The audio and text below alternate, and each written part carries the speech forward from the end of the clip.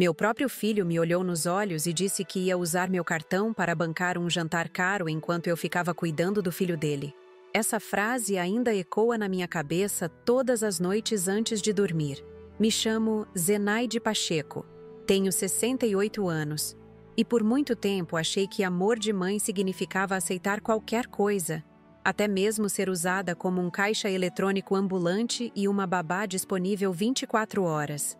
Aqui do meu apartamento em Botafogo, no Rio de Janeiro, onde agora moro com meu netinho Miguel, posso finalmente contar essa história sem que as lágrimas embaçem meus óculos. Mas nem sempre foi assim. Durante anos engoli seco, abaixei a cabeça e aceitei ser o capacho da minha própria família.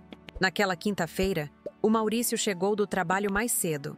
Achei estranho, porque ele raramente aparecia antes das 8. Estava bem vestido, com aquele terno azul marinho que comprei para ele no aniversário de 40 anos.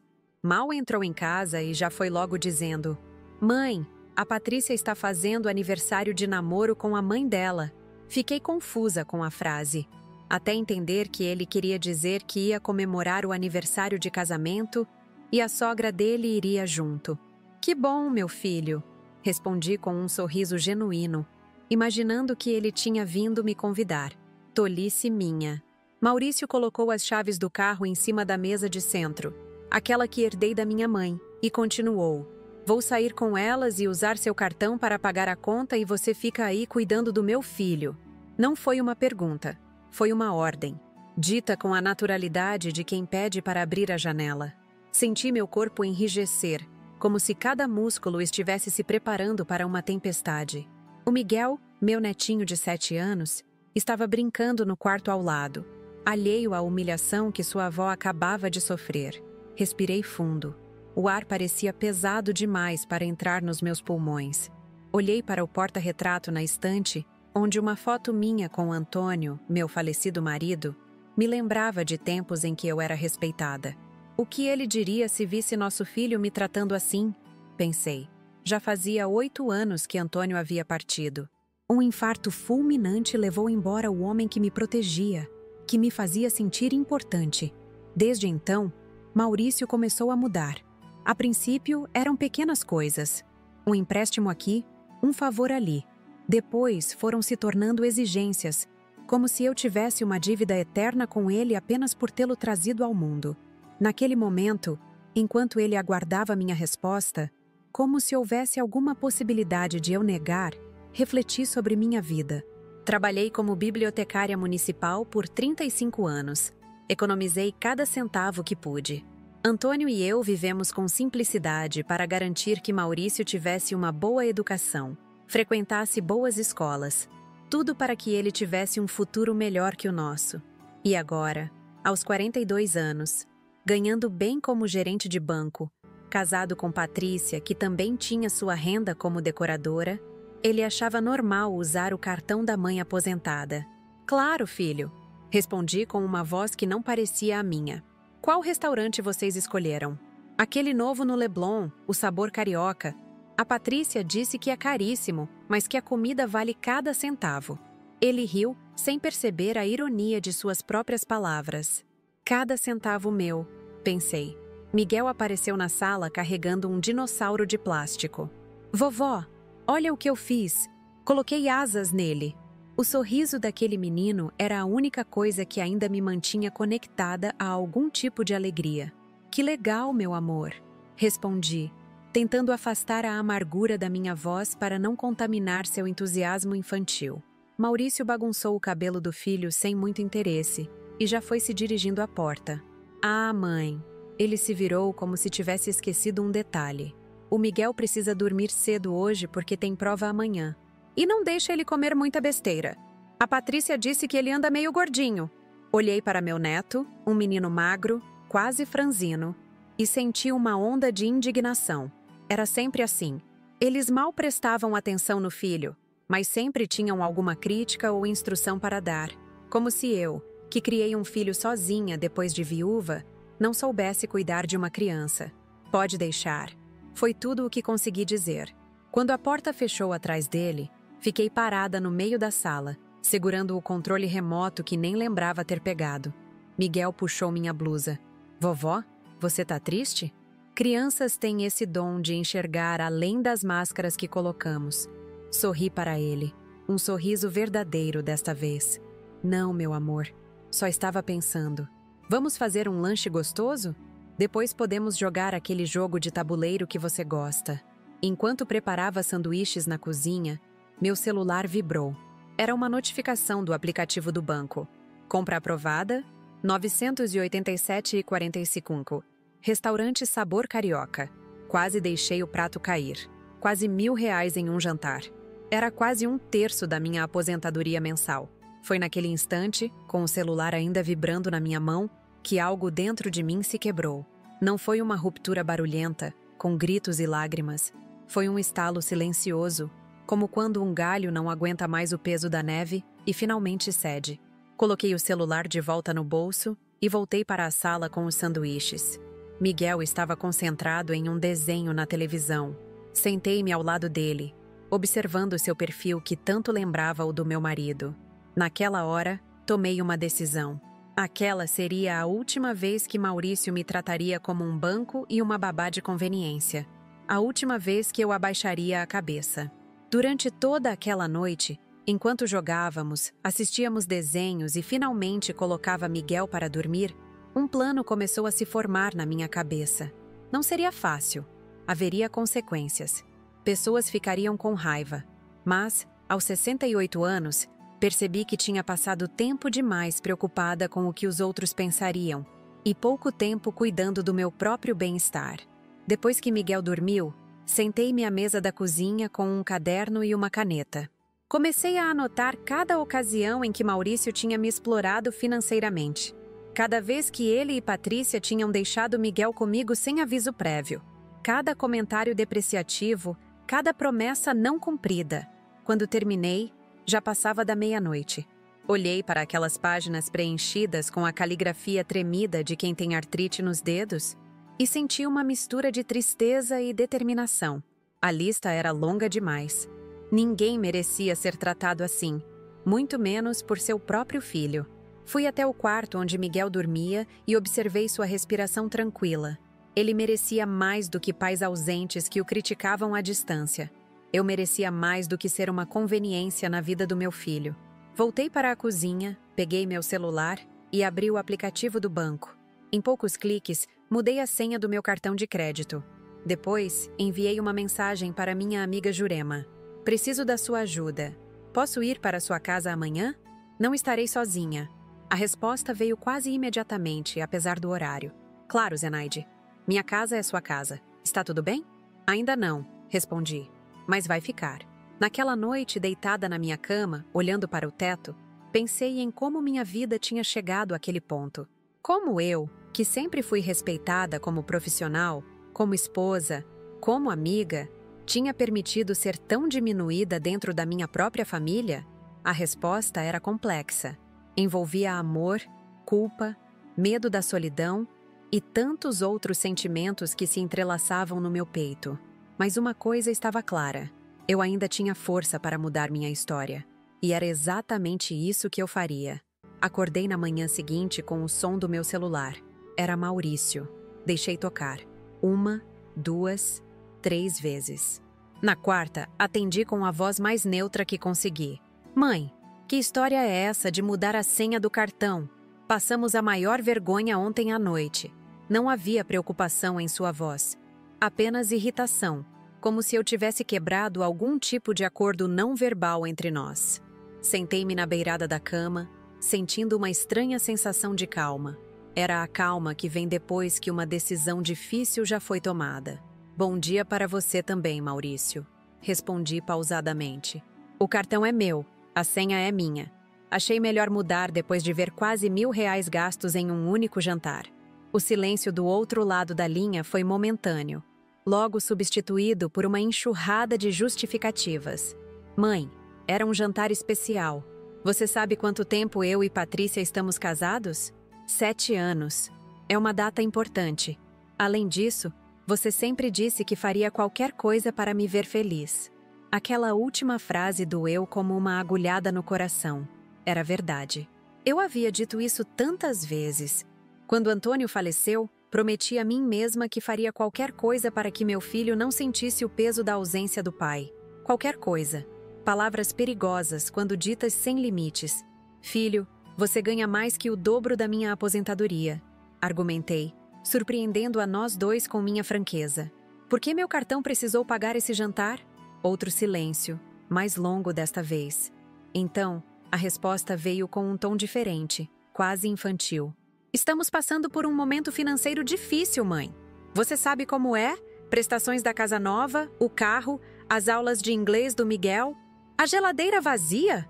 Completei, lembrando da última vez que fui ao apartamento deles no condomínio Vale das Palmeiras. Um lugar luxuoso, com piscina e academia, mas cuja cozinha estava praticamente deserta, exceto por alguns iogurtes e uma garrafa de vinho caríssimo. O que isso tem a ver? Maurício soou genuinamente confuso. Tem a ver que vocês gastam quase R$1.000 em um jantar, mas não tem comida decente para o Miguel em casa. Tem a ver que vocês têm dinheiro para roupas de marca, mas o Miguel está usando o mesmo tênis rasgado há meses. Miguel apareceu na porta do quarto, esfregando os olhos sonolentos. Fiz um gesto para que entrasse e se sentasse ao meu lado. Ele subiu na cama e encostou a cabeça no meu ombro, ainda meio adormecido. Você está exagerando como sempre, mãe. Maurício respondeu com desdém. Olha, não tenho tempo para isso agora. Vou trabalhar. Deixo o Miguel aí até mais tarde, pode ser? Patrícia tem um cliente hoje e... Não pode ser. Interrompi, surpreendendo a nós dois novamente. Venha buscar seu filho até às 10 horas. Tenho um compromisso. Compromisso? Você? A incredulidade em sua voz revelava quanto ele me via como alguém sem vida própria, sempre à disposição. Que tipo de compromisso? Meu, respondi simplesmente. Até às 10, Maurício. Desliguei antes que ele pudesse protestar mais. Miguel me olhava com curiosidade. Vovó, com quem você estava falando? Com seu pai, meu amor. Passei a mão em seus cabelos despenteados. Ele vai vir te buscar daqui a pouco. Enquanto isso, vamos tomar um café da manhã gostoso?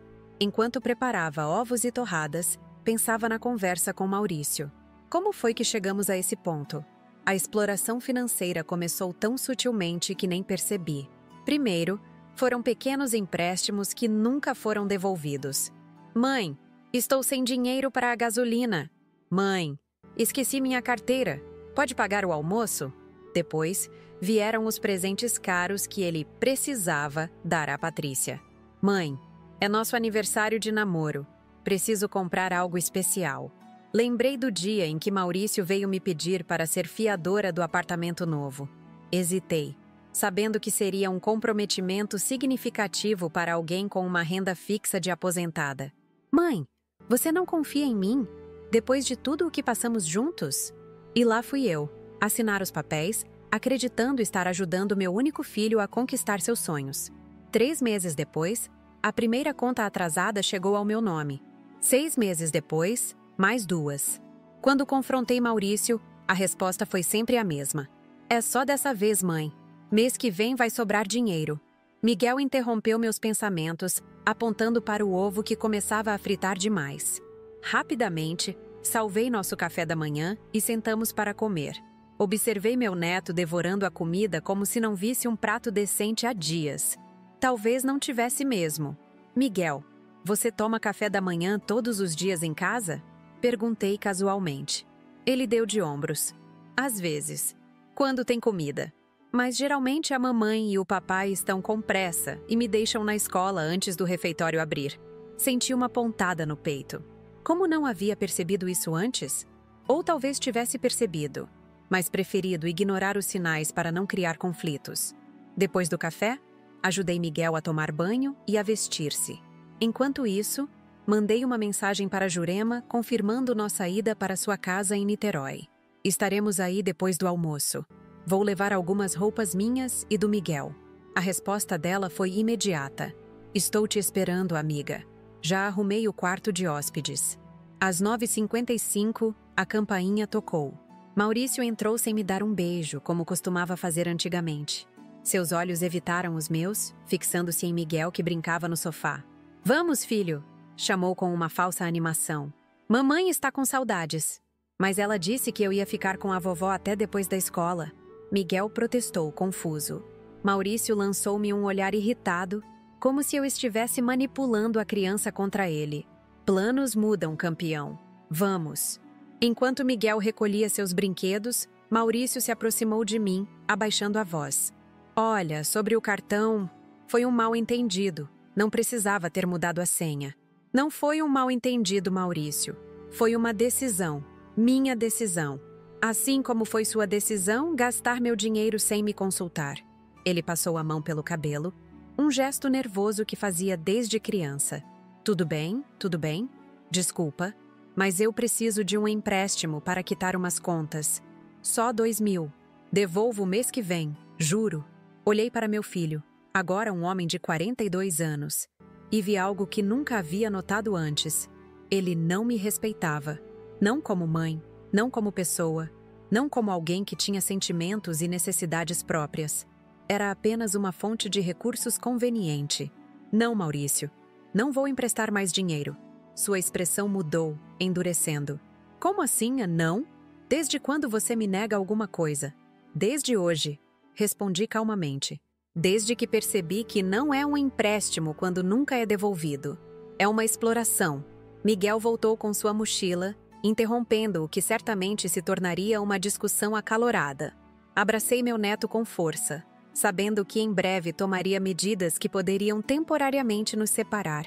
Te amo, vovó, ele disse com aquela inocência pura que só as crianças possuem.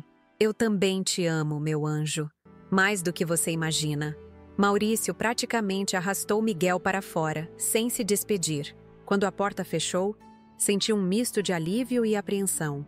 Havia dado o primeiro passo em direção à minha independência, mas sabia que o caminho seria árduo. Naquela tarde, enquanto arrumava uma pequena mala com o essencial, comecei a fazer cálculos mentais de quanto dinheiro Maurício havia me emprestado nos últimos anos. Entre os atrasos do condomínio que precisei cobrir, as parcelas do carro que ele deixou de pagar e caíram no meu nome como fiadora, as compras no cartão que nunca foram ressarcidas, a soma beirava os 50 mil reais.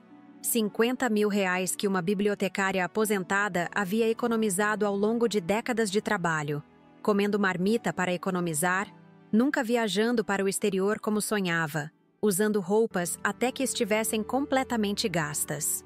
Tudo para garantir uma velhice tranquila, uma velhice que agora estava comprometida. Sentei-me na beirada da cama e peguei o porta-retrato com a foto de Antônio. O que você faria, meu velho? Perguntei à imagem sorridente do meu falecido marido. Ele sempre foi mais firme que eu, estabelecendo limites claros com Maurício desde cedo.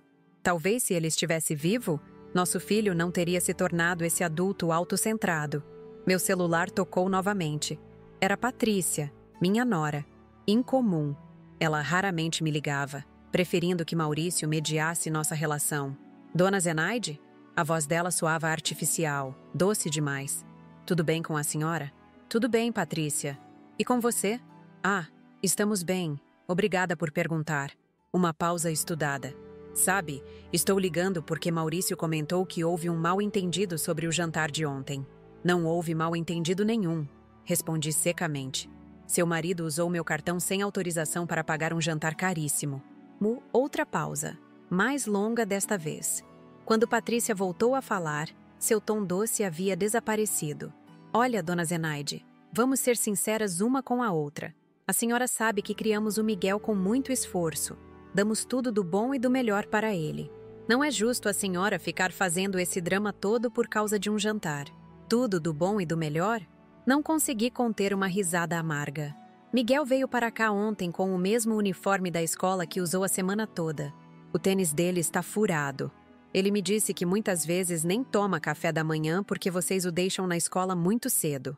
A senhora está chamando a gente de maus pais? A indignação na voz dela era palpável. Estou constatando fatos, Patrícia. Fatos que observo há meses, mas que preferi ignorar para manter a paz. Olha aqui. Ela abandonou qualquer pretensão de educação. Nós fazemos o melhor que podemos. Se o Maurício às vezes pede ajuda financeira para a mãe dele, qual é o problema? É o papel de uma mãe ajudar os filhos. Ou a senhora preferia que ele pedisse para estranhos? Fechei os olhos, sentindo uma dor de cabeça começar a se formar. Patrícia, não é ajuda quando se torna uma obrigação. Não é ajuda quando compromete a minha própria sobrevivência. É exploração. Exploração? Ela praticamente gritou. A senhora tem ideia do quanto Maurício se preocupa com você? Do quanto ele trabalha para dar uma vida boa para todos nós, inclusive para a senhora? E é assim que agradece? Foi como se um véu tivesse sido levantado dos meus olhos. Todas as justificativas, todas as manipulações emocionais, todas as distorções de realidade. De repente vi com clareza o que estava acontecendo. Eu não era uma mãe sendo ajudada por um filho amoroso. Era uma idosa sendo sistematicamente explorada por adultos que deveriam saber melhor. Patrícia, disse calmamente, não tenho mais nada para discutir com você. Por favor, diga ao Maurício que estou indisponível pelos próximos dias. Preciso de um tempo para mim. Tempo para você? E quem vai cuidar do Miguel quando precisarmos sair? Temos um evento importante no sábado. Respirei fundo, controlando a raiva que começava a crescer. Vocês são os pais. Vocês cuidam. Ou contratem uma babá. Minha tarifa está ficando muito alta para vocês. Desliguei o telefone antes que ela pudesse retrucar. Imediatamente, ele tocou novamente, mas deixei ir para a caixa postal. Em seguida, vieram as mensagens. De Maurício, de Patrícia, até mesmo da mãe dela, Dona Solange, com quem eu mal tinha contato. Todos com o mesmo tom. Como eu podia ser tão egoísta?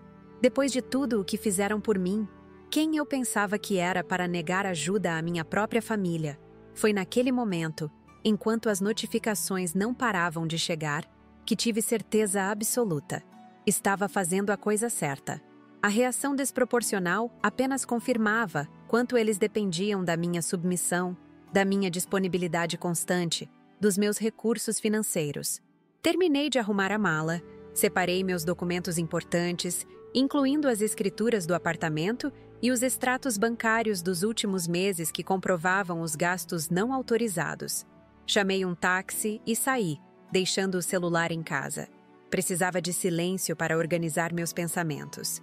Dirigi-me ao banco, onde solicitei uma consulta detalhada da minha situação financeira. O gerente, um homem jovem, mas atencioso, analisou meus extratos com preocupação.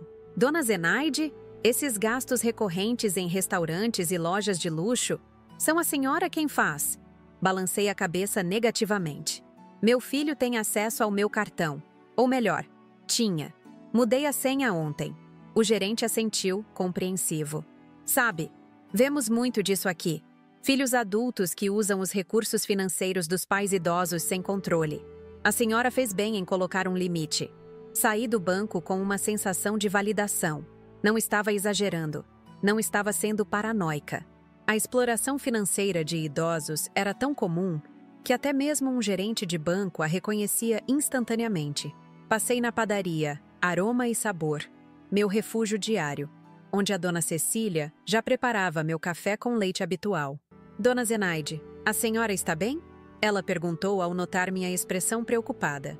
Parece abatida. Estou passando por alguns problemas familiares, Cecília. Mas vou ficar bem. Tentei sorrir, mas não consegui ser muito convincente. É o Maurício de novo, não é? Ela conhecia meu filho desde pequeno. Aquele menino sempre teve a senhora na palma da mão. Assenti, sentindo lágrimas se formarem nos cantos dos meus olhos. Cecília se aproximou e cobriu minha mão com a dela. Um gesto simples de solidariedade que significou o mundo para mim naquele momento. Sabe? Ela continuou. Minha mãe passou por algo parecido com meu irmão. Demorou, mas ela finalmente colocou um limite. Foi difícil no começo. Muita briga, muita acusação. Mas depois ele amadureceu, entendeu que estava errado. Hoje tem uma relação muito melhor. Aquelas palavras me deram esperança. Talvez, eventualmente, Maurício também entendesse. Talvez nossa relação pudesse ser reconstruída sobre bases mais saudáveis. Mas primeiro ele precisaria aprender uma lição difícil. Saí da padaria com o coração um pouco mais leve e me dirigi à casa da Jurema. No caminho, passei pelo Centro Cultural Banco do Brasil, onde costumava ir aos domingos para apreciar as exposições gratuitas. Um lembrete de que eu tinha uma vida além de ser mãe e avó. Uma vida que havia negligenciado por tempo demais. Ao chegar na casa da Jurema, em Niterói, fui recebida com um abraço apertado. "Finalmente você tomou uma atitude", ela disse enquanto me ajudava com a mala. Já estava na hora. Sentamos na varanda com vista para a Baía de Guanabara e, pela primeira vez em muito tempo, me permiti chorar abertamente. Não eram lágrimas de tristeza, mas de libertação, como se um peso enorme tivesse sido tirado dos meus ombros. "Sabe o que mais me dói, Jurema?" Desabafei entre soluços. "É pensar em quanto tempo permiti isso. Quanto tempo fechei os olhos para o óbvio. Quanto tempo desperdicei tentando comprar o amor do meu próprio filho." Jurema segurou minhas mãos enrugadas entre as dela. "Nunca é tarde para recomeçar, Zenaide. Nunca. E você está fazendo isso não só por você, mas pelo Miguel também. Aquele menino merece ver a avó forte, independente, respeitada." Assenti, enxugando as lágrimas. Ela estava certa. Isso não era apenas sobre mim, sobre meu dinheiro, sobre minha dignidade. Era também sobre o exemplo que eu queria dar ao meu neto. Que tipo de homem ele se tornaria se crescesse vendo a avó ser constantemente explorada e diminuída? Que lições absorveria sobre como tratar as mulheres em sua vida, especialmente as mais velhas? Naquele final de tarde, enquanto o sol se punha sobre a Baía de Guanabara, fiz uma promessa silenciosa a mim mesma. Aquilo acabaria. A exploração financeira, o abuso emocional, a manipulação constante. Não importa quanto tempo levasse, não importa quão doloroso fosse o processo. Eu recuperaria minha dignidade, minha independência financeira e, acima de tudo, meu valor como ser humano. E se no processo conseguisse salvar meu neto de crescer em um ambiente onde o desrespeito e a exploração eram normalizados, tanto melhor. Algumas batalhas valem a pena ser lutadas, mesmo quando os oponentes são aqueles que mais amamos. Passei 3 dias na casa da Jurema, pensando em cada passo que daria a seguir. Não atendia às ligações de Maurício, que se tornavam cada vez mais frequentes e insistentes. As mensagens começaram ameaçadoras, depois passaram a ser suplicantes e, por fim, manipuladoras. "Mãe, o Miguel está perguntando por você. Ele acha que você não o ama mais." Aquilo me partiu o coração, mas Jurema me lembrou. "Ele está usando seu neto para te manipular. Não caia nessa." Na manhã do 4º dia, tomei minha decisão. Não seria impulsiva nem movida pela raiva. Seria calculada, baseada em evidências, pensando no bem-estar de Miguel acima de tudo. Sentada na pequena escrivaninha do quarto de hóspedes, com uma xícara de chá de camomila ao lado, abri meu caderno e comecei a traçar meu plano. Tudo começa com provas. Escrevi no topo da página. Se eu queria ter alguma chance de proteger a mim e ao meu neto, precisaria de evidências sólidas. Jurema entrou no quarto com mais chá. "E então? Decidiu o que vai fazer?" Olhei para minha amiga de décadas, aquela que me viu passar por tantos momentos difíceis e que sempre esteve ao meu lado. "Sim, decidi. Vou lutar. Por mim e pelo Miguel." Seus olhos brilharam com aprovação.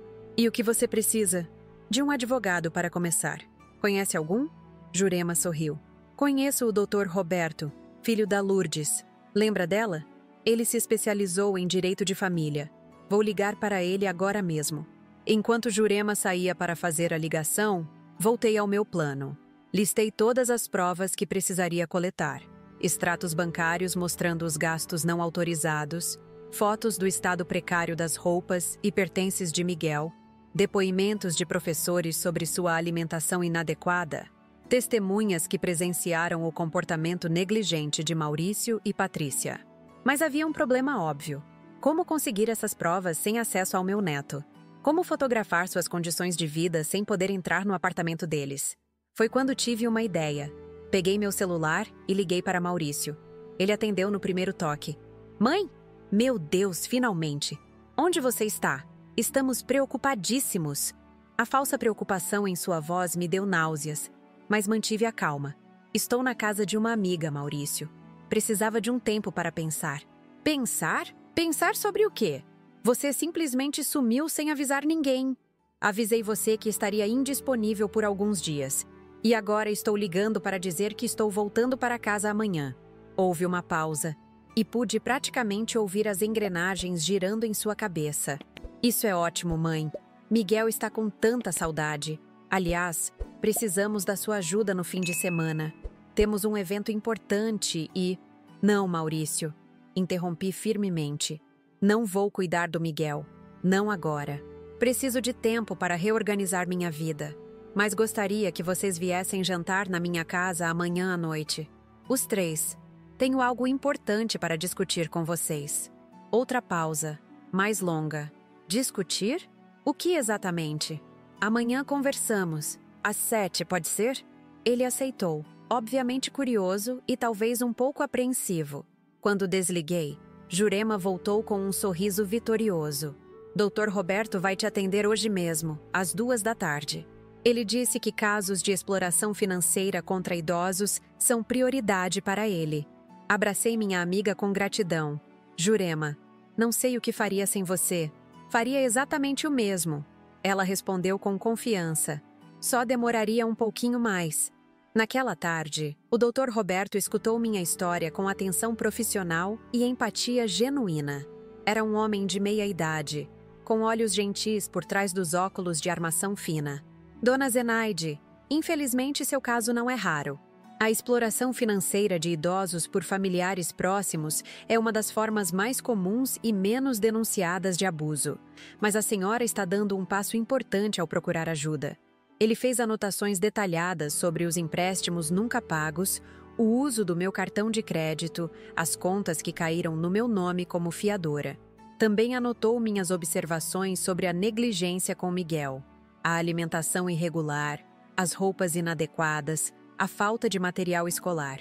A senhora tem algum áudio, vídeo ou mensagens que comprovem esses abusos? Balancei a cabeça negativamente. Não pensei em registrar antes.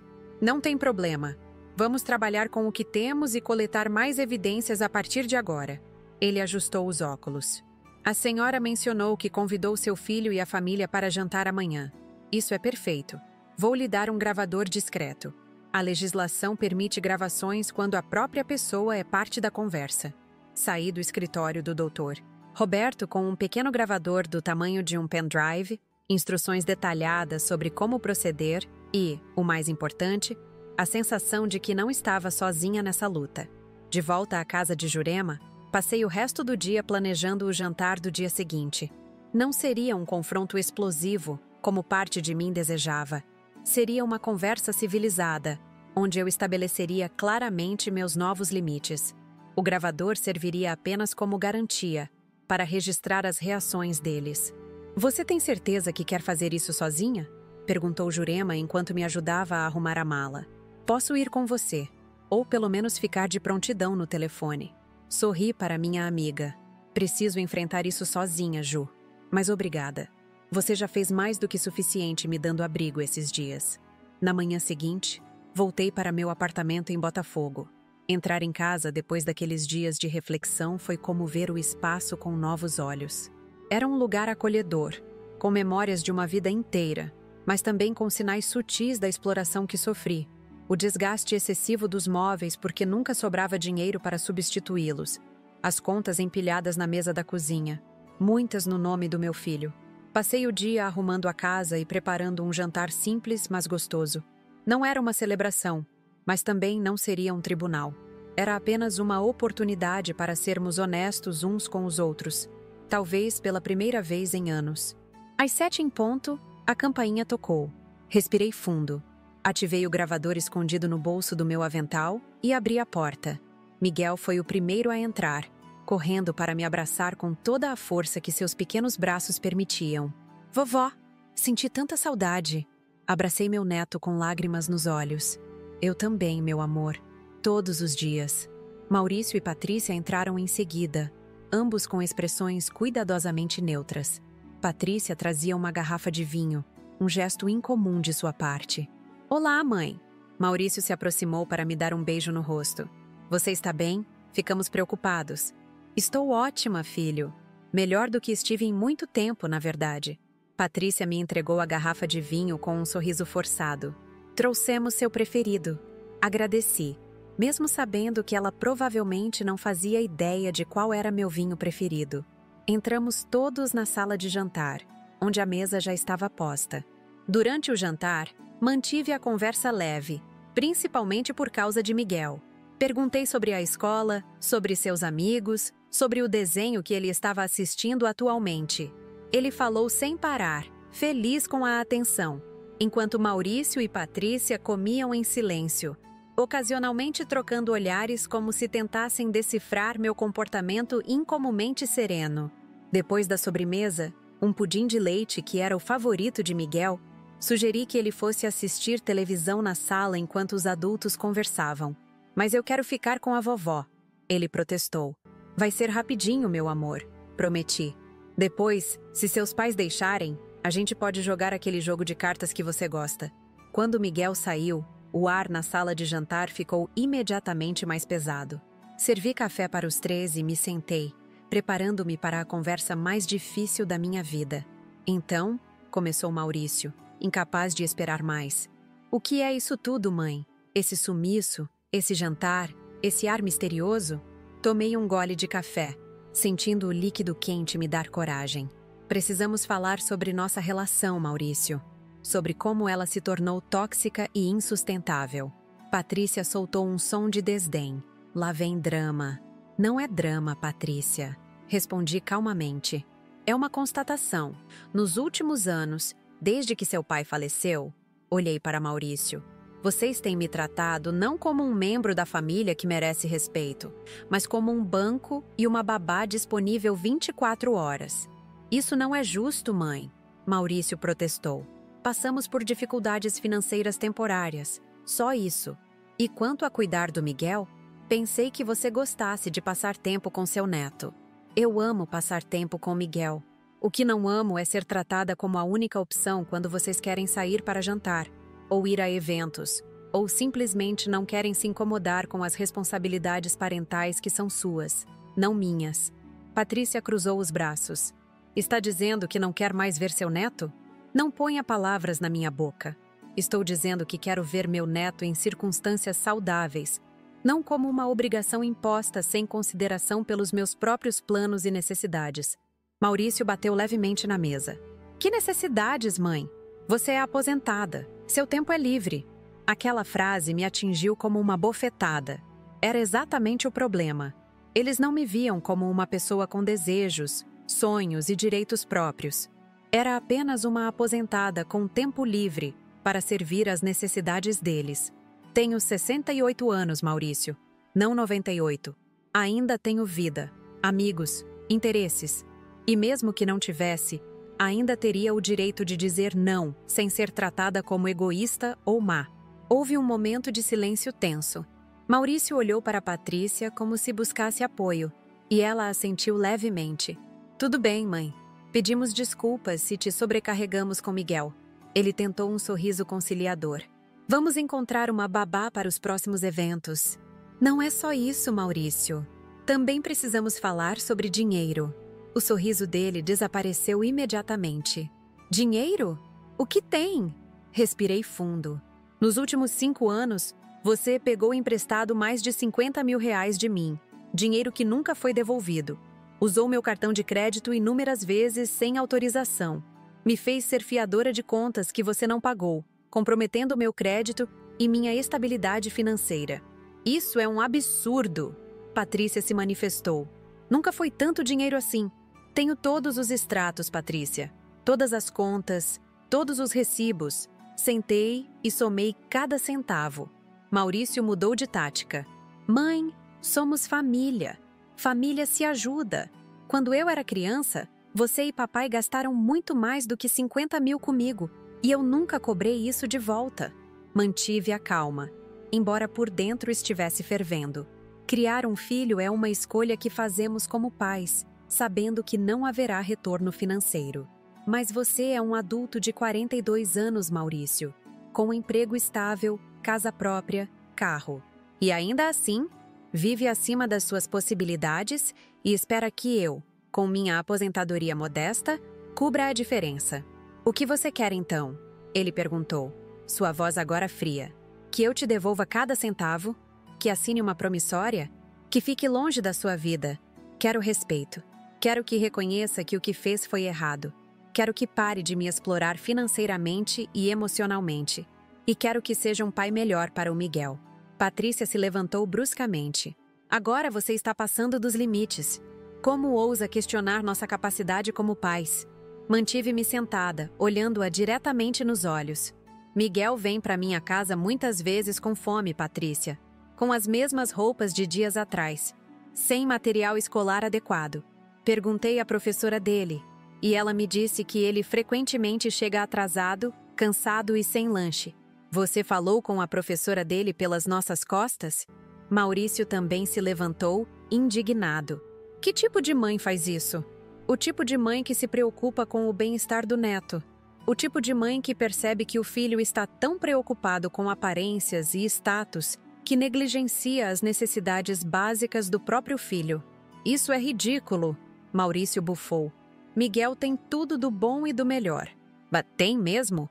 Então por que ele me disse que muitas vezes não tem comida em casa? Por que ele usa o mesmo tênis rasgado há meses?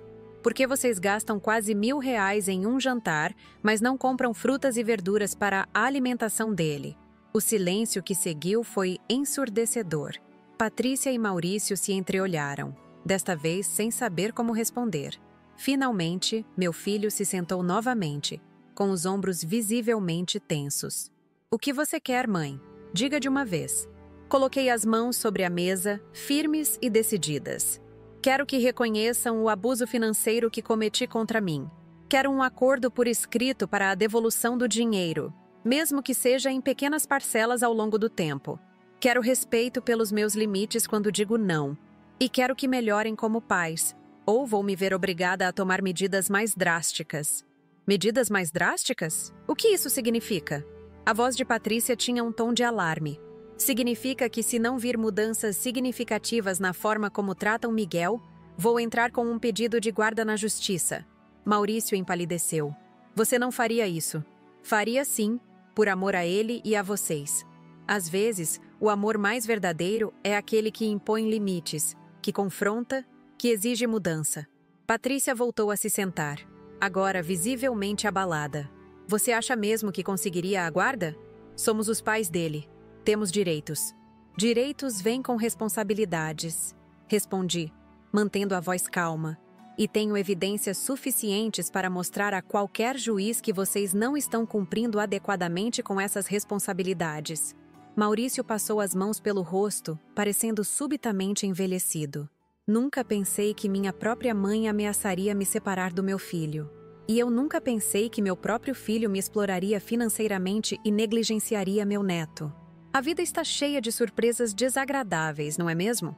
Um silêncio pesado caiu sobre a mesa.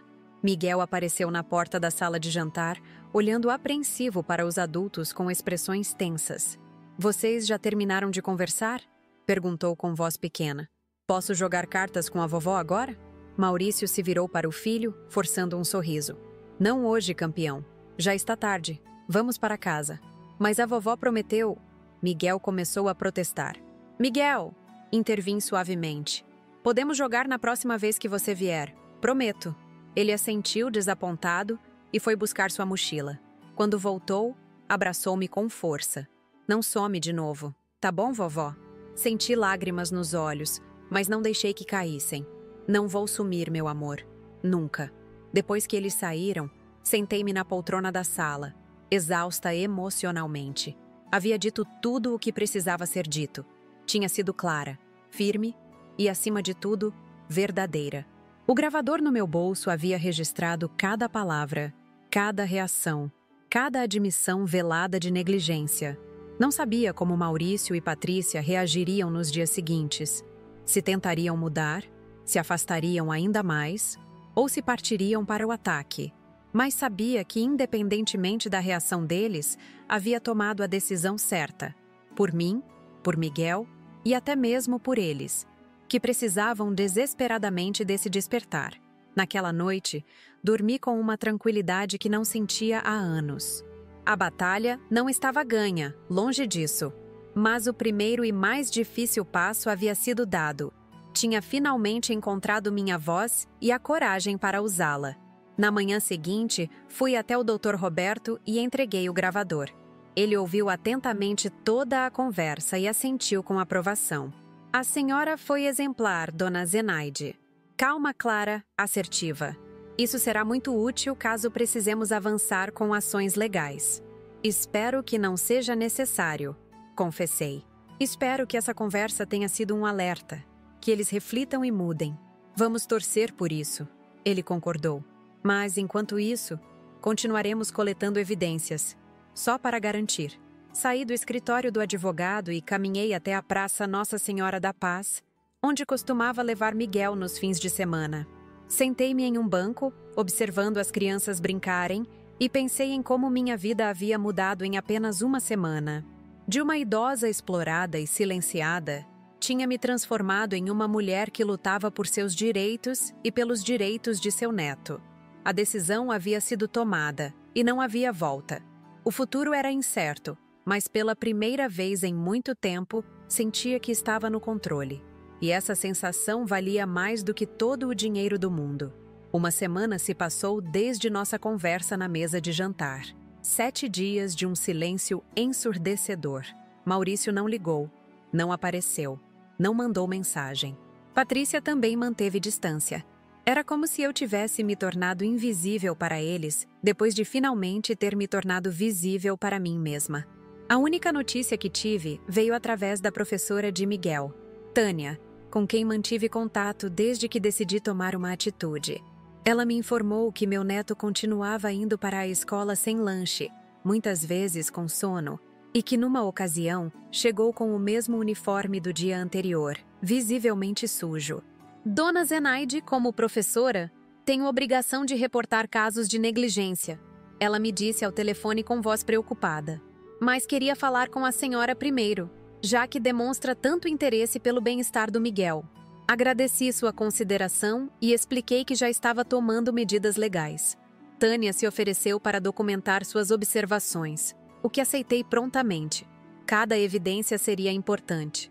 No 10º dia após o confronto, recebi uma ligação inesperada. Era Solange, a mãe de Patrícia, com quem raramente falava. Zenaide? É a Solange. Sua voz soava nervosa, diferente do habitual tom superior. Preciso te falar algo. Em particular, marcamos de nos encontrar na padaria Aroma e Sabor, um território neutro. Quando cheguei, Solange já estava lá, remexendo nervosamente uma colher na xícara de café. Sempre a achei uma mulher fria e calculista, muito parecida com a filha, mas naquele dia ela parecia genuinamente perturbada. Obrigada por vir, ela disse enquanto eu me sentava. O que vou te contar não é fácil, e talvez você não acredite em mim. Tente, respondi simplesmente. Solange respirou fundo. Patrícia e Maurício estão planejando tirar Miguel do país. Senti o ar escapar dos meus pulmões como se tivesse levado um soco. O quê? Como assim? Depois da sua ameaça de buscar a guarda do menino, eles entraram em pânico. Maurício tem um amigo em Portugal que ofereceu emprego e moradia por alguns meses, até... Ela hesitou. Até as coisas esfriarem aqui. Isso é sequestro! Exclamei, mais alto do que pretendia, fazendo alguns clientes olharem em nossa direção. Abaixei a voz. Eles não podem simplesmente levar uma criança para fora do país sem autorização judicial, principalmente sabendo que há um processo de guarda em andamento. Eles não se importam com isso, Zenaide. Estão desesperados e assustados. Solange parecia genuinamente preocupada. Patrícia sempre foi teimosa e impulsiva. Quando se sente encurralada, faz loucuras. Por que está me contando isso? Pensei que vocês sempre estivessem do mesmo lado. Solange baixou os olhos para o café, agora frio. Sou avó também. Amo Miguel tanto quanto você. E sei que tirá-lo do país, longe da escola, dos amigos, da família, não é o melhor para ele. Ela fez uma pausa. Além disso, o que eles estão planejando fazer é crime. Eu não quero ser cúmplice disso. Pedi mais detalhes e Solange me contou tudo. A viagem estava marcada para dali a 2 dias. Já haviam comprado as passagens usando pontos de milhagem para não deixar rastros em cartões de crédito. O plano era sair de madrugada, quando achavam que eu estaria dormindo e não perceberia o sumiço de Miguel até ser tarde demais. Você tem certeza absoluta disso? Não é alguma história que inventaram para te testar? Solange balançou a cabeça. Vi as passagens, Zenaide, e ouvi eles discutindo sobre quais documentos levar e o que deixar para trás. É real. Agradeci a informação e saí da padaria com a mente a 1000 por hora. Precisava agir rápido, mas com cautela. Se confrontasse Maurício e Patrícia diretamente, eles poderiam antecipar a fuga. Se envolvesse a polícia imediatamente, sem provas concretas além do depoimento de Solange, poderia não ser levada a sério. Liguei para o Dr. Roberto assim que cheguei em casa, relatando tudo o que Solange havia me contado. Dona Zenaide, isso é muito sério, ele disse após ouvir atentamente. Vou solicitar uma medida cautelar de urgência para impedir que eles saiam do país com o menino. Mas precisamos de mais do que o depoimento da sogra do seu filho. E como conseguimos isso? A senhora disse que a viagem está marcada para daqui a 2 dias, correto? Precisamos flagrá-los no ato, com malas prontas, passagens em mãos. Aí teremos provas concretas da intenção de fuga. Concordei com o plano, mesmo sabendo dos riscos. Se algo desse errado, poderia perder Miguel para sempre. Mas se não fizesse nada, o resultado seria o mesmo. O Dr. Roberto agiu com rapidez impressionante. Naquela mesma tarde, conseguiu uma ordem judicial preliminar impedindo que Miguel saísse do país sem autorização expressa de ambos os genitores e da avó materna. Também solicitou que um oficial de justiça estivesse presente na noite em questão, acompanhado de uma assistente social, para documentar tudo. Nas 48 horas seguintes, vivia em estado de constante ansiedade. Não conseguia comer direito, dormir direito, pensar direito. Tudo o que passava pela minha cabeça era o risco de perder meu neto para sempre. A única coisa que me acalmava era saber que tinha a lei ao meu lado desta vez. No dia marcado para a suposta fuga, o Dr. Roberto me ligou cedo. Está tudo preparado, dona Zenaide. A oficial de justiça doutora Márcia e a assistente social Gabriela estarão no apartamento do seu filho às 4 da manhã, acompanhadas de 2 policiais. A senhora quer estar presente? Não hesitei. Sim, preciso estar lá por Miguel. Entendo. Neste caso, vou buscá-la às 3h30. Vista-se com discrição e prepare-se emocionalmente. Pode não ser uma situação fácil. Às 3h30 em ponto, o carro do Dr. Roberto estacionou em frente ao meu prédio. Desci usando roupas escuras e confortáveis, como ele havia sugerido. No carro, além do advogado, estavam a oficial de justiça e a assistente social, que se apresentaram com profissionalismo e gentileza. Dona Zenaide, disse Gabriela, a assistente social. Sei que deve estar muito nervosa, mas preciso que entenda algo importante. Nosso foco principal é o bem-estar de Miguel. Se realmente flagrarmos seus pais tentando tirá-lo ilegalmente do país, isso terá consequências sérias para a guarda dele. Estou ciente, respondi com voz firme. Só quero o que é melhor para meu neto. Chegamos ao condomínio Vale das Palmeiras, pouco antes das 4h. Os policiais já nos aguardavam discretamente no estacionamento. Um deles, que se apresentou como Tenente Ribeiro, explicou o procedimento. Vamos subir todos juntos, mas silenciosamente. A oficial de justiça tocará a campainha e apresentará a ordem judicial. Se houver qualquer resistência, nós interviremos. A prioridade é garantir a segurança da criança. Subimos até o 7º andar, onde ficava o apartamento de Maurício. Meu coração batia tão forte que tinha certeza que todos podiam ouvir. Quando chegamos à porta 702, a doutora Márcia sinalizou para que todos ficassem a postos e tocou a campainha. Segundos que pareceram horas se passaram. Finalmente, ouvimos passos se aproximando. A porta se abriu e Maurício apareceu, já vestido com calça jeans e camiseta, apesar do horário. Seu rosto empalideceu instantaneamente ao ver o grupo à sua frente. Maurício Pacheco? Perguntou a oficial de justiça. Sim, ele gaguejou. Sou a doutora Márcia Nogueira, oficial de justiça. Tenho uma ordem judicial impedindo a saída do menor Miguel Pacheco do país e autorizando uma verificação das condições da criança neste momento. Ela estendeu o documento. Peço que nos permita entrar. Maurício olhou para o papel, depois para mim, com uma expressão de puro ódio que jamais esquecerei. Você não tinha esse direito, sibilou. Tinha todo o direito, respondi calmamente. Sou a avó dele. Relutantemente, Maurício abriu caminho para que entrássemos. O apartamento estava em estado de óbvia desordem. 2 malas grandes estavam no meio da sala, abertas, parcialmente preenchidas com roupas. Documentos estavam espalhados sobre a mesa de jantar, incluindo passaportes. Na bancada da cozinha, 3 passagens aéreas impressas para Lisboa, com saída às 6 horas da manhã. Patrícia apareceu do corredor carregando mais roupas. Estacou ao ver o grupo de estranhos em sua sala. O que está acontecendo aqui? A assistente social tomou a frente. Senhora Patrícia, sou Gabriela Santos, assistente social do Juizado da Infância e Juventude. Estamos aqui por determinação judicial para verificar as condições do menor Miguel e impedir sua saída não autorizada do país. Isso é um absurdo! Patrícia explodiu. Estamos apenas viajando de férias. Não é crime levar o próprio filho para conhecer outro país. Sem autorização judicial e com processo de guarda em andamento, sim, é crime, respondeu o Dr. Roberto serenamente. Chama-se subtração internacional de incapaz. E pelo que estamos vendo aqui, ele apontou para as passagens só de ida sobre a mesa.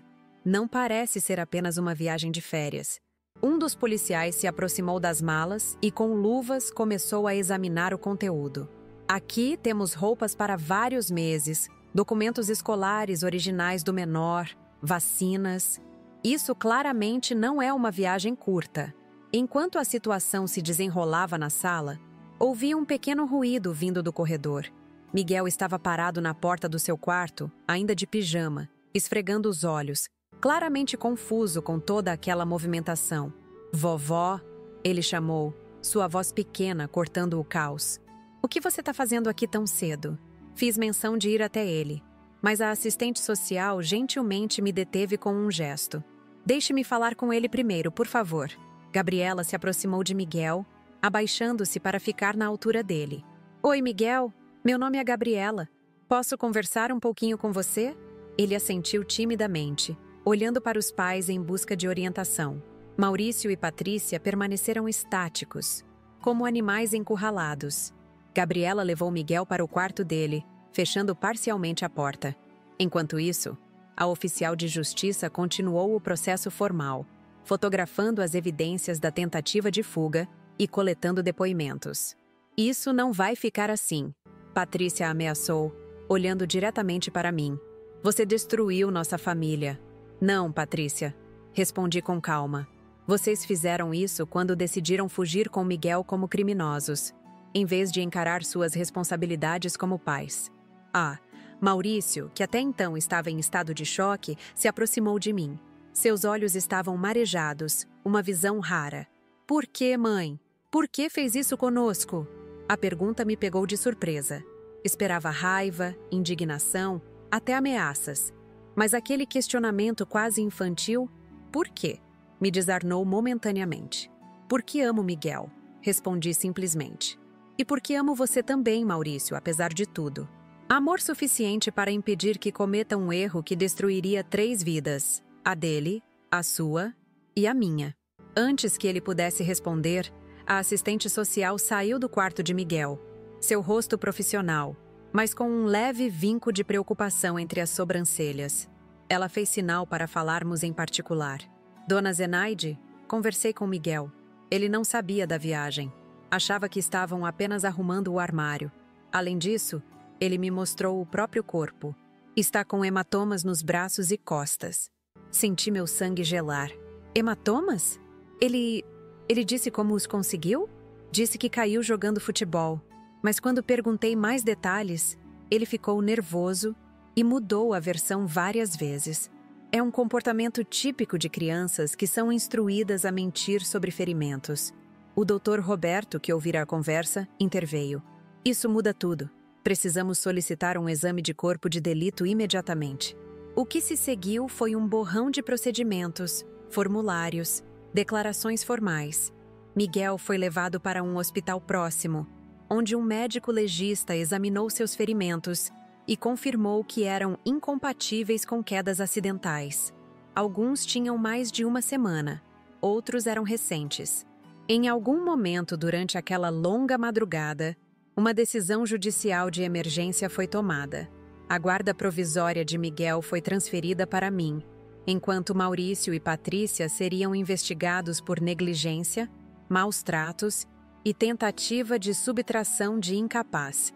Quando finalmente saímos do hospital, já era quase meio-dia. Miguel estava exausto, confuso e assustado, mas segurava minha mão com força, como se temesse que eu também desaparecesse de sua vida. "Vovó!" ele perguntou enquanto entrávamos no táxi rumo ao meu apartamento. "Eu vou morar com você agora?" "Sim, meu amor. Por enquanto, você vai ficar comigo. E o papai e a mamãe?" Escolhi minhas palavras com cuidado. Eles precisam resolver algumas coisas. Adultos às vezes cometem erros e precisam de tempo para consertar esses erros. Eles estavam bravos comigo? Por causa dos hematomas? Senti meu coração apertar. Não, Miguel. Nada disso é culpa sua. Absolutamente nada. Chegamos ao meu apartamento e ajudei Miguel a se instalar no quarto de hóspedes, que aos poucos seria transformado no quarto dele. Enquanto ele tomava banho, recebi uma ligação do Dr. Roberto. "Dona Zenaide, tenho atualizações. Seu filho e a esposa foram liberados após prestar depoimento, mas estão proibidos de se aproximar de vocês sem autorização judicial e supervisão. A audiência de guarda foi marcada para daqui a 2 semanas. E quanto a Portugal? Os passaportes de ambos e de Miguel foram retidos. Eles não podem sair do país." Agradeci e desliguei, sentindo uma mistura de alívio e tristeza. Nunca imaginei que chegaria a esse ponto. Ver meu único filho tratado como um criminoso, impedido de ver o próprio filho. Mas também nunca imaginei que ele seria capaz de machucar Miguel fisicamente. Essa revelação ainda reverberava em mim como um terremoto interior. Naquela noite, enquanto Miguel dormia profundamente em sua nova cama, fiquei acordada contemplando como minha vida havia se transformado tão drasticamente em apenas 2 semanas. De uma avó explorada e negligenciada, me tornei a guardiã legal do meu neto. De uma mãe submissa que aceitava qualquer abuso para manter a paz familiar, me transformei em alguém que enfrentava o próprio filho em nome da justiça e da proteção de uma criança inocente. O desaparecimento que eu havia planejado inicialmente, apenas me afastar por alguns dias para refletir, tinha se transformado em algo muito maior. O desaparecimento de uma versão de mim mesma que já não servia mais, que já não era capaz de proteger nem a mim, nem a quem eu amava. Os dias seguintes foram de adaptação. Matriculei Miguel em uma escola mais próxima do meu apartamento. Contratei uma psicóloga infantil, recomendada pelo juizado, para ajudá-lo a processar tudo o que estava acontecendo. Comprei roupas novas, material escolar, brinquedos. Uma semana depois do resgate, como eu silenciosamente chamava aquela madrugada, recebi uma mensagem inesperada de Patrícia. "Zenaide, sei que deve me odiar, e tem razão. Não espero perdão, mas quero que saiba que estou buscando ajuda. Tenho problemas que nunca enfrentei, e acabei descontando no Miguel. Maurício também está em terapia. Estamos tentando ser melhores, não por nós, mas por ele. Um dia espero que possamos reconstruir algum tipo de relação, mesmo que nunca mais sejamos uma família tradicional. Cuide bem dele. Sei que vai." Não respondi imediatamente. Precisava processar aquelas palavras, verificar sua sinceridade, entender se era apenas mais uma manipulação ou se representava um genuíno primeiro passo em direção à recuperação. No 10º dia após o resgate, enquanto Miguel e eu tomávamos café da manhã, ele me fez uma pergunta que me pegou desprevenida. "Vovó, você acha que as pessoas más podem virar boas?" Parei com a xícara de café a meio caminho da boca. "Por que pergunta isso, meu amor?" "Porque na escola a professora contou uma história sobre um homem malvado que depois ficou bonzinho. E eu fiquei pensando se o papai e a mamãe também podem ficar bonzinhos de novo." Coloquei a xícara na mesa e peguei as mãozinhas dele entre as minhas. "Miguel, seus pais não são pessoas más. São pessoas boas que fizeram coisas erradas, que machucaram você e a mim. E sim, acredito que eles podem aprender com esses erros e mudar. Mas isso leva tempo. E mais importante, não depende de você. Não é sua responsabilidade fazer com que eles mudem. Ele assentiu, absorvendo aquelas palavras com uma maturidade surpreendente para seus 7 anos. Vovó? Sim, meu anjo. Eu tô feliz de morar com você. Sorri, sentindo lágrimas se formarem nos cantos dos meus olhos. Eu também estou feliz, Miguel. Mais do que você imagina. Enquanto observava meu neto terminar o café da manhã, percebi que nosso desaparecimento, físico para ele, emocional para mim, havia sido não um fim, mas um começo. O começo de uma nova vida, de uma nova família, construída não sobre exploração e abuso, mas sobre respeito, proteção e amor genuíno. Ainda havia um longo caminho pela frente. Audiências judiciais, sessões de terapia, a reconstrução gradual, ou não, da relação com Maurício e Patrícia. Mas pela primeira vez em muitos anos, eu olhava para esse futuro incerto não com medo, mas com determinação, porque finalmente havia entendido que aos 68 anos, ainda tinha o direito e o dever de lutar por mim mesma e por aqueles que eu amava. O desaparecimento planejado, que inicialmente seria apenas uma pequena fuga temporária, acabou sendo minha maior libertação. 2 semanas se passaram desde aquela madrugada que mudou tudo. Miguel já estava adaptado à rotina na minha casa. Acordava cedo, tomava café reforçado, ia para a nova escola onde rapidamente fez amigos, voltava animado para me contar sobre seu dia. À noite, jantávamos juntos, jogávamos algum jogo de tabuleiro ou assistíamos a um desenho, e ele dormia cedo, em seu quarto recém-decorado com estrelas fluorescentes no teto. Um pedido especial dele que fiz questão de atender. A vida parecia encontrar um novo equilíbrio, mas eu sabia que era apenas a calmaria antes da tempestade. A audiência de guarda estava marcada para o dia seguinte, e meu estômago se contorcia só de pensar em encarar Maurício e Patrícia novamente. Na noite anterior à audiência, depois que Miguel adormeceu, recebi uma ligação do Dr. Roberto. Dona Zenaide, só estou ligando para confirmar que passarei aí às 8 horas da manhã. A audiência está marcada para as 9 horas, mas gostaria de chegar com antecedência para revisarmos alguns pontos. Estarei pronta, respondi, tentando controlar o tremor na voz. O Miguel vai ficar com minha amiga Jurema. Achei melhor ele não presenciar isso. Decisão sábia. O juiz vai querer falar com ele em algum momento, mas não necessariamente amanhã, e certamente não com os pais presentes. Após desligar, sentei-me na poltrona da sala com um álbum de fotos antigo no colo. Passei os dedos pelas imagens de Maurício criança, seu primeiro aniversário, o dia em que aprendeu a andar, sua formatura da escola. Em cada foto, seu sorriso era idêntico ao de Miguel. A mesma covinha na bochecha esquerda. Os mesmos olhos que se fechavam quase completamente quando ria com vontade. "Onde foi que eu errei com você, meu filho?" Murmurei para a foto de um Maurício adolescente, segurando orgulhoso o troféu de um campeonato de xadrez. "Foi quando seu pai morreu? Foi antes? Foi por te dar tudo que sempre quis?" As perguntas ficaram sem resposta, ecoando apenas no silêncio do meu apartamento.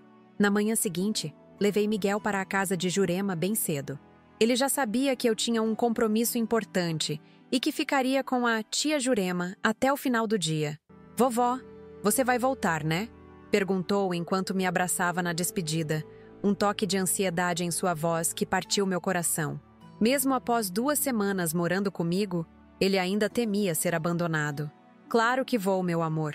Sempre. Prometo." Dr. Roberto chegou pontualmente às 8 horas. No caminho para o fórum, ele me preparou para o que viria. A audiência de hoje é apenas o início de um processo que pode ser longo. O juiz vai ouvir todas as partes, analisar os relatórios da assistente social e do psicólogo que avaliou Miguel e então decidir sobre a guarda provisória, que a senhora já tem, e estabelecer as condições para visitas supervisionadas, se for o caso. E se eles tentarem negar tudo? As agressões, a tentativa de fuga? Temos provas concretas, Dona Zenaide. O laudo médico sobre os hematomas, as passagens só de ida, os documentos originais de Miguel que estavam nas malas, vai ser difícil contestar isso tudo. Quando chegamos ao Fórum da Infância e Juventude, uma construção imponente no centro do Rio, meu coração disparou. Em poucos minutos, estaria frente a frente com meu filho e minha nora, em uma situação que jamais imaginei vivenciar. A sala de audiências era menor do que eu esperava, com paredes de madeira escura e uma atmosfera solene. O juiz, Dr. Paulo Mendes, era um homem de meia idade com olhos gentis que contrastavam com sua expressão severa. À sua direita estava sentada a promotora de justiça, doutora Elisa Fontes, uma mulher negra de cabelos curtos e postura firme. Do outro lado da sala, Maurício e Patrícia já aguardavam com seu advogado, um homem de terno caro que parecia saído de um comercial de banco. Nossos olhares se cruzaram brevemente e senti um aperto no peito ao notar as olheiras profundas no rosto do meu filho. Patrícia também parecia abatida, mais magra do que me lembrava. Por um instante, quase fraquejei. Eram minha família, afinal. Mas então, lembrei dos hematomas no corpinho de Miguel e do terror em seus olhos quando falava dos pais. E minha determinação se reacendeu. A audiência começou formalmente. O juiz explicou o propósito daquele encontro e estabeleceu as regras de conduta. Cada parte teria a oportunidade de apresentar seus argumentos, começando pela acusação. No caso, eu, representada pelo Dr. Roberto. Meu advogado foi meticuloso. Apresentou os extratos bancários mostrando a exploração financeira, as gravações da nossa conversa na mesa de jantar, o relatório médico sobre os hematomas de Miguel, os depoimentos da professora e até de Solange, mãe de Patrícia, confirmando a tentativa de fuga do país. Quando chegou minha vez de falar, respirei fundo e encarei o juiz diretamente. Meritíssimo. Nunca quis chegar a esse ponto. Por anos, suportei abusos financeiros e emocionais do meu filho e da minha nora, porque acreditava que era meu dever como mãe ajudá-los.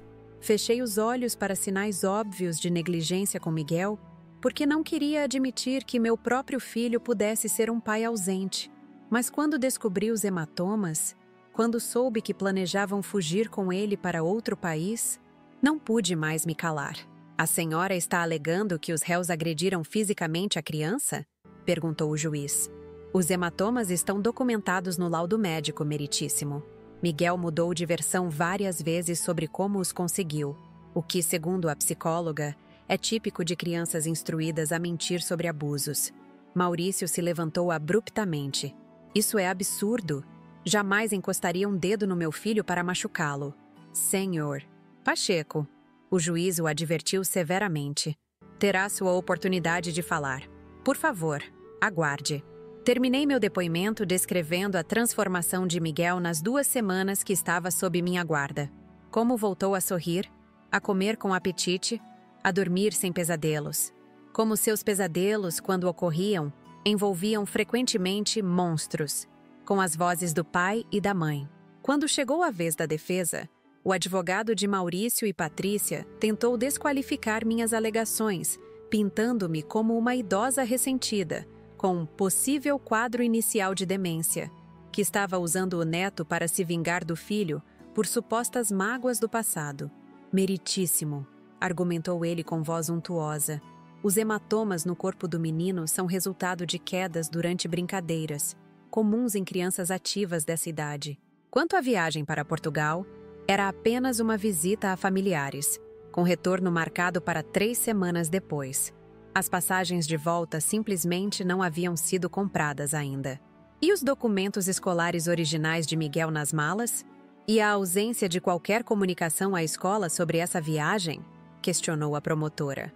O advogado titubeou, mas logo se recuperou. Meus clientes planejavam matricular o menino temporariamente em uma escola portuguesa, apenas para não interromper seus estudos durante a estadia. Maurício foi chamado a depor em seguida. Olhando para mim com uma mistura de raiva e tristeza, ele começou com uma voz controlada que foi gradualmente se alterando. Minha mãe sempre foi controladora. Sempre achou que sabia o que era melhor para todos. Quando meu pai morreu, ela transferiu toda essa necessidade de controle para mim e depois para meu filho. Ele fez uma pausa teatral. É verdade que tivemos dificuldades financeiras recentemente. É verdade que pedi ajuda à minha mãe várias vezes, mas nunca a explorei, como ela alega.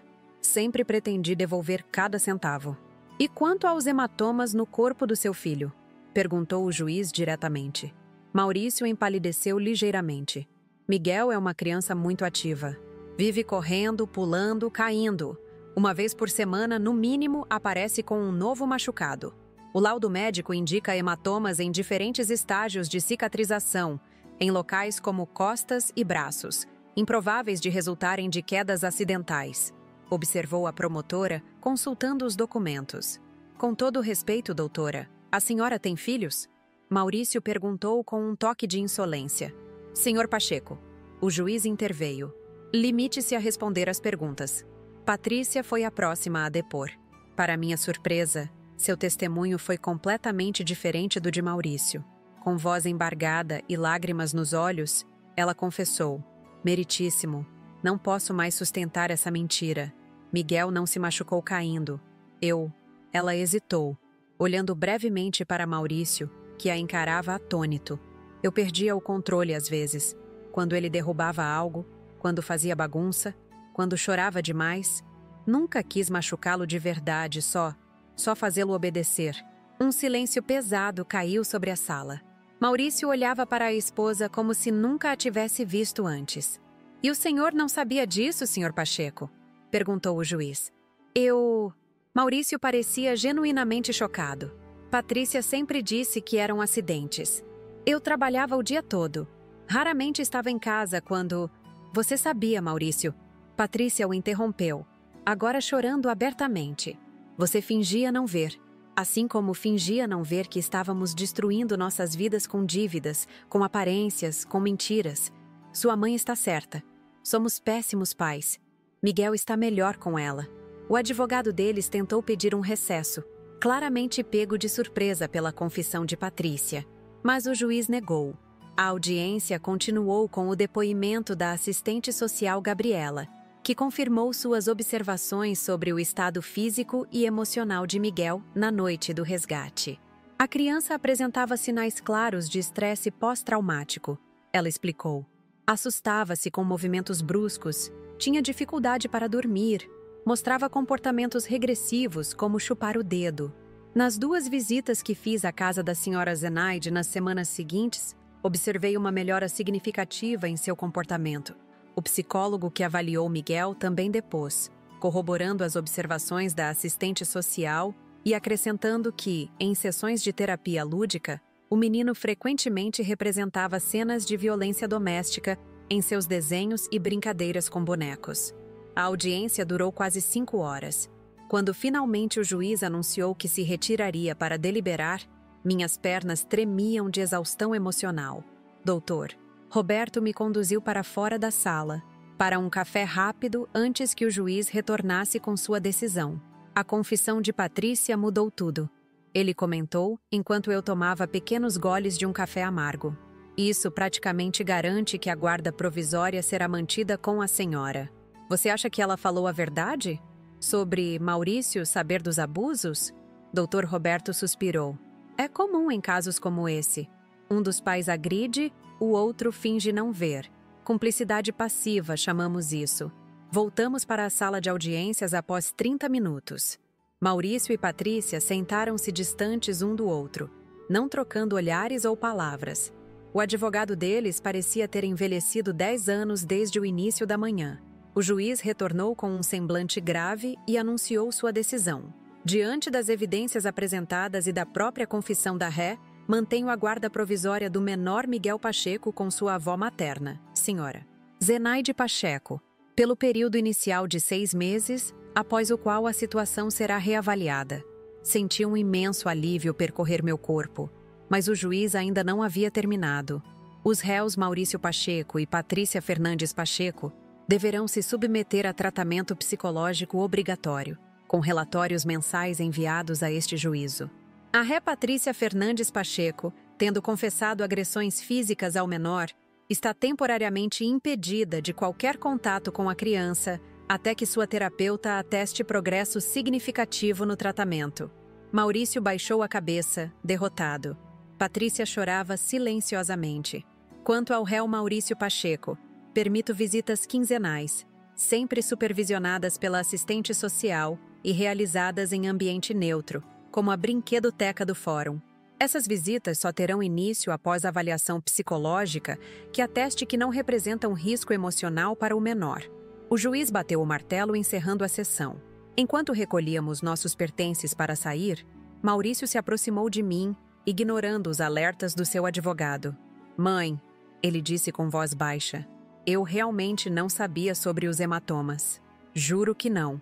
Olhei nos olhos do meu filho, procurando a criança que um dia embalei em meus braços. "Talvez você não quisesse saber, Maurício. Há muitas formas de negligência. Vou provar que posso mudar. Vou fazer a terapia. Vou pagar minhas dívidas. Vou ser o pai que Miguel merece. Espero sinceramente que sim, por você e por ele." Saí do fórum com uma sensação estranha de vitória e perda simultaneamente. Havia vencido a batalha legal, garantido a segurança de Miguel. Mas a que custo? Meu relacionamento com meu único filho estava em frangalhos. Minha família, despedaçada. Doutor Roberto, percebendo meu estado de espírito, me ofereceu uma carona até a casa de Jurema para buscar Miguel. "Dona Zenaide, sei que parece o fim do mundo agora, mas já vi muitos casos como o seu. Às vezes, esse tipo de choque é exatamente o que as pessoas precisam para mudar de verdade." "Você realmente acredita que eles podem mudar?" perguntei, sem conseguir esconder a esperança na minha voz. Patrícia deu o primeiro passo ao confessar. "É mais do que a maioria faz. E seu filho?" "Bem, ele parece genuinamente abalado. O tempo dirá." Ao chegar na casa de Jurema, encontrei Miguel brincando alegremente no jardim.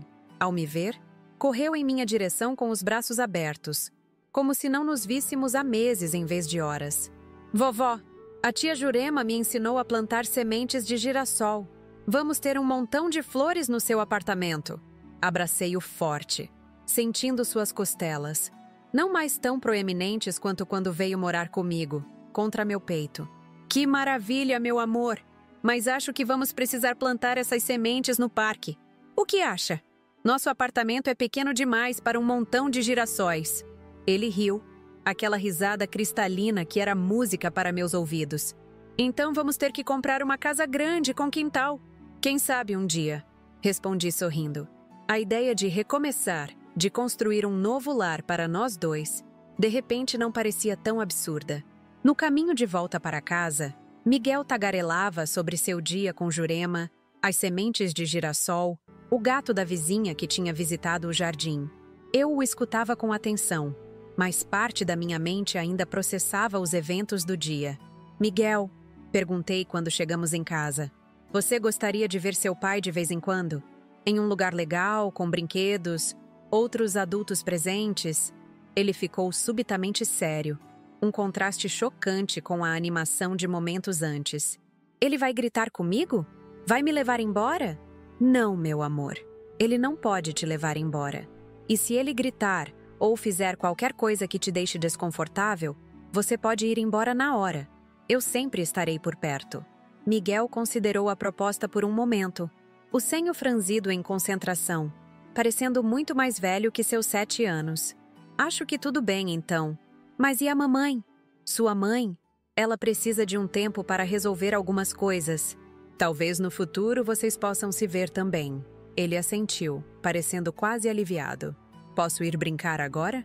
"Claro que pode."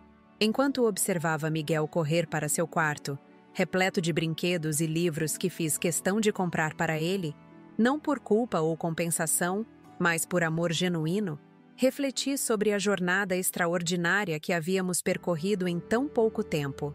De uma avó explorada e um neto negligenciado, tínhamos nos transformado em uma nova família. Uma família imperfeita, certamente, com feridas ainda abertas e cicatrizes que levaríamos para sempre, mas uma família baseada em respeito, proteção e afeto verdadeiro.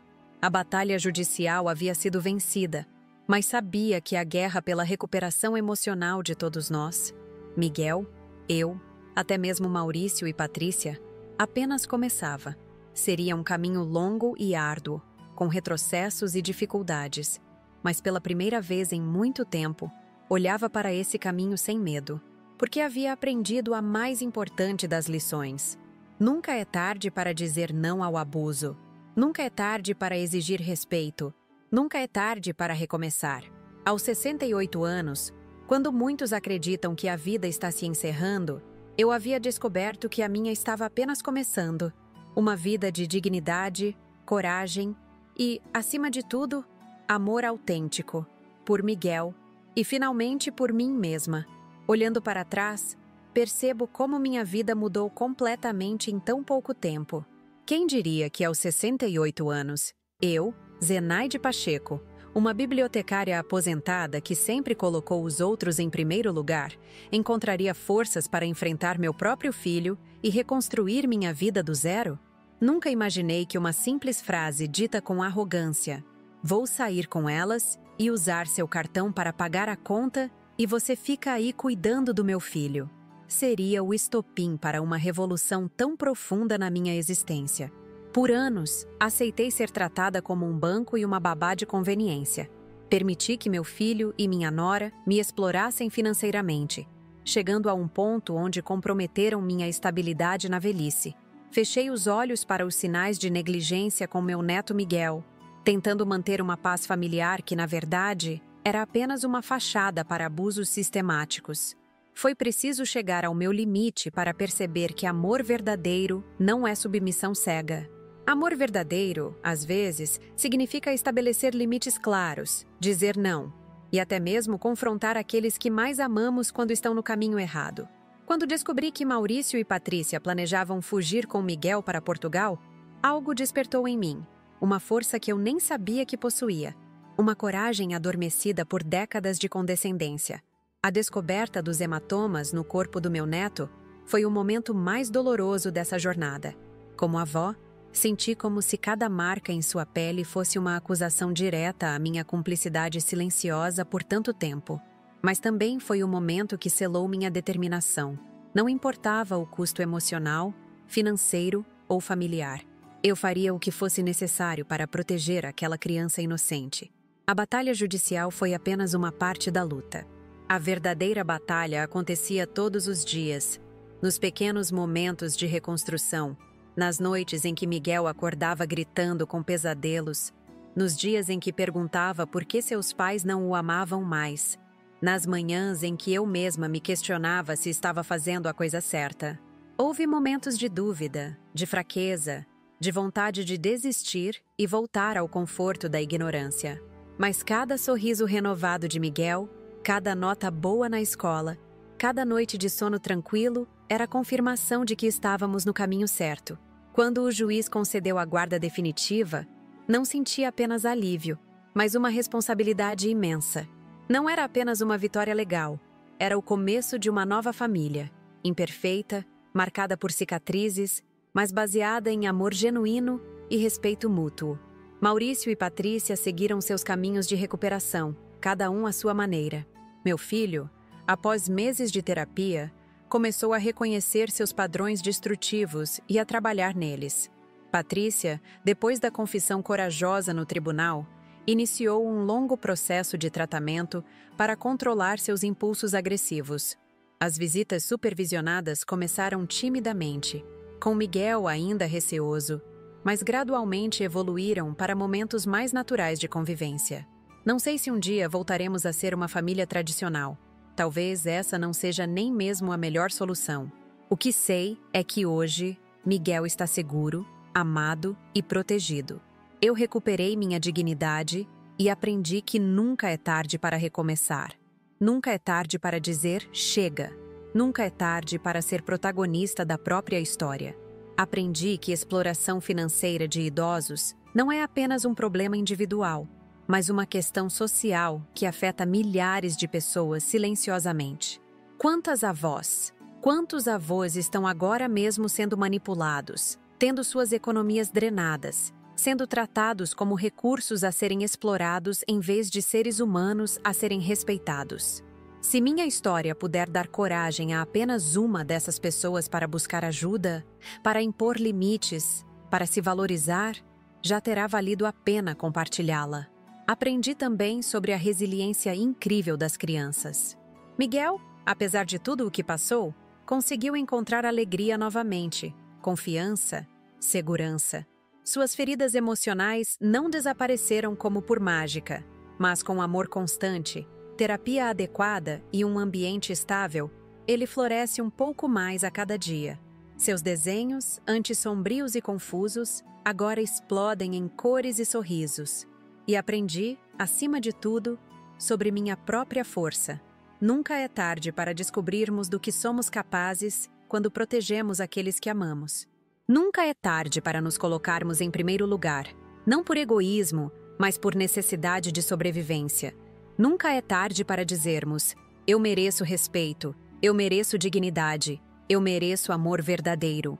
Hoje, aos 70 anos, olho para trás e vejo uma jornada que nunca imaginei que percorreria. Do desespero à libertação, da submissão à autonomia, do silêncio à voz. Uma jornada que começou com uma humilhação à mesa do jantar e terminou com uma nova definição de família e amor. Se você está assistindo a este vídeo e se identifica com qualquer parte da minha história, se você é uma pessoa idosa sendo explorada financeiramente, se você é uma avó ou avô preocupado com o bem-estar dos netos, se você está em um relacionamento onde não é valorizado, saiba que nunca é tarde para mudar essa história. Nunca é tarde para dizer não. Nunca é tarde para começar de novo. Quero aproveitar este momento para agradecer a cada um de vocês que acompanharam minha história até aqui. Cada comentário, cada mensagem de apoio, cada relato de pessoas que passaram por situações semelhantes me dá forças para continuar compartilhando estas experiências difíceis, mas necessárias. Esse canal, Vovó Lembrou, nasceu justamente disso, da necessidade de lembrar que nós, pessoas mais velhas, temos valor, temos direitos, temos voz, e queremos que vocês continuem fazendo parte dessa jornada conosco. Por isso, peço que se inscrevam no canal, ativem o sininho para receber notificações dos nossos vídeos diários. Cada inscrição nos ajuda a alcançar mais pessoas que podem estar precisando ouvir exatamente o que compartilhamos aqui. E não se esqueçam de deixar seu like. Parece um gesto simples, mas faz toda a diferença para que nossos vídeos sejam recomendados para outras pessoas. Os comentários são especialmente importantes para nós. Quero saber o que vocês acharam dessa história. Vocês já passaram por algo parecido? Como lidaram com isso? Tem algum conselho para compartilhar? Cada comentário constrói nossa comunidade e mostra que ninguém está sozinho nessas batalhas. E se vocês puderem, gostaria de pedir uma ajuda especial. Nosso canal tem crescido e, com ele, os custos de produção também aumentam. Para continuarmos trazendo histórias relevantes diariamente, com a qualidade que vocês merecem, criamos o Valeu Demais, nossa forma de receber doações. Qualquer valor ajuda. O preço de um café, de um pão de queijo, o que for possível para você. Isso nos permite dedicar mais tempo ao canal, melhorar a produção e alcançar mais pessoas com essas histórias que podem transformar vidas. Não importa a sua idade, sua condição financeira ou sua história de vida. Você merece respeito. Você merece ser tratado com dignidade. Você merece ser amado verdadeiramente, não usado ou manipulado. E nunca, nunca é tarde demais para lembrar disso. Esta sou eu, Zenaide Pacheco, a vovó que um dia lembrou de si mesma.